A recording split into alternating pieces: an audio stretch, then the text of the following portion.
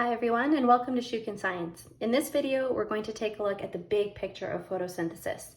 So we'll talk about the main reactions that take place, as well as where within chloroplasts those reactions occur. So before I get too far ahead of myself, let's remind us the types of organisms that actually do this process. And most of you are going to say, well, obviously plants. And you would be right, plants do use photosynthesis.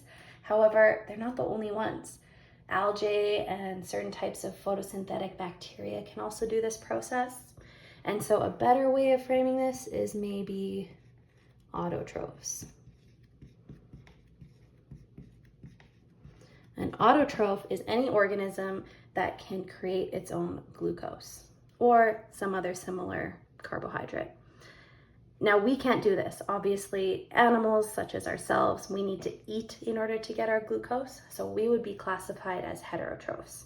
So we could say that autotrophs use photosynthesis to make their glucose. However, technically, autotrophs don't have to use photosynthesis.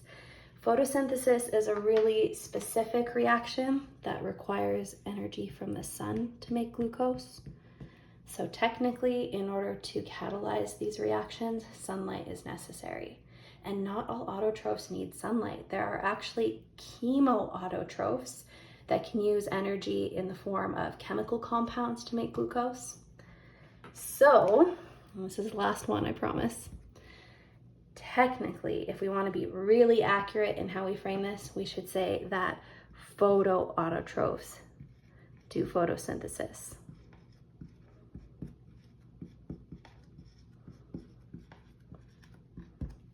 Okay, so here's the reaction that they perform. Like I said, this does need sunlight. It needs some CO2 from the air, some water from the ground, and through some magic, they're able to make some glucose and oxygen. But obviously it's not that simple. This reaction does not take place all in one step, as you might see here. Technically, photosynthesis is broken down into two completely separate steps. Maybe the most logically named steps in biology. The first one is called the light-dependent reactions because it requires sunlight.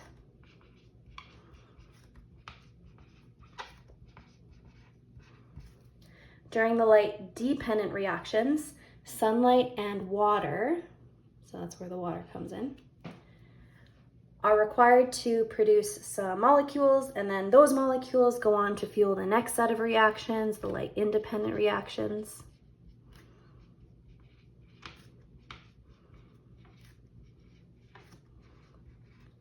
The light-independent reactions are called that because they don't technically need that sunlight. Now, that doesn't mean they occur in the dark. It just means that the sunlight is not required to fuel these reactions. These reactions use the molecules made up here, as well as some CO2 taken in by the plant, to then eventually go on and make that glucose. So these reactions themselves are incredibly complex, and I'm going to do some separate videos to go over those reactions. For now, let's just kind of take a step back and try and understand where in the plant these reactions are occurring. So if you recall some of the familiar looking organelles here in the plant cell, we have a vacuole, which is used for storing the water. We have a mitochondria, which could potentially go on and convert this glucose into ATP for the plant. And then obviously we have chloroplasts, which I've blown up here.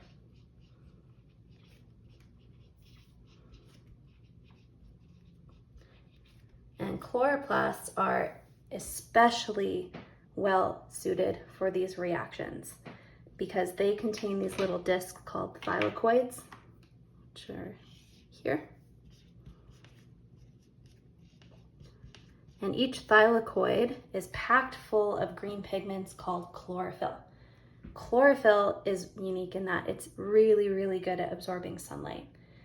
So the whole reason why plants or autotrophs or photoautotrophs are able to do this reaction and make glucose is because of this tiny little green pigment. That's why plants exist. That's probably why we exist, because we get to, eat their glucose and breathe in their oxygen.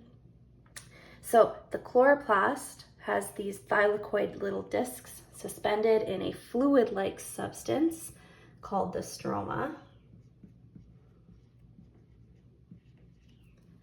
And it is within those thylakoids where the light-dependent reactions occur.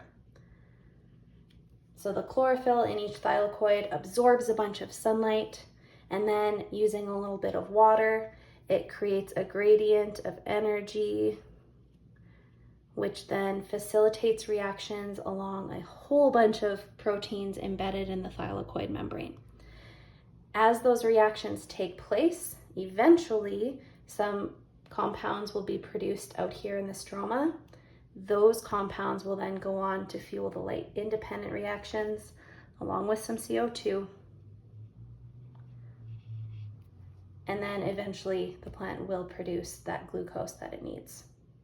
So again, it is a two-step process. The light-dependent reactions take place in the thylakoid and along the membrane of the thylakoid, whereas the light-independent reactions take place entirely in the stroma. Check out the videos that follow if you want to see those two reactions in more detail. Thanks, everyone.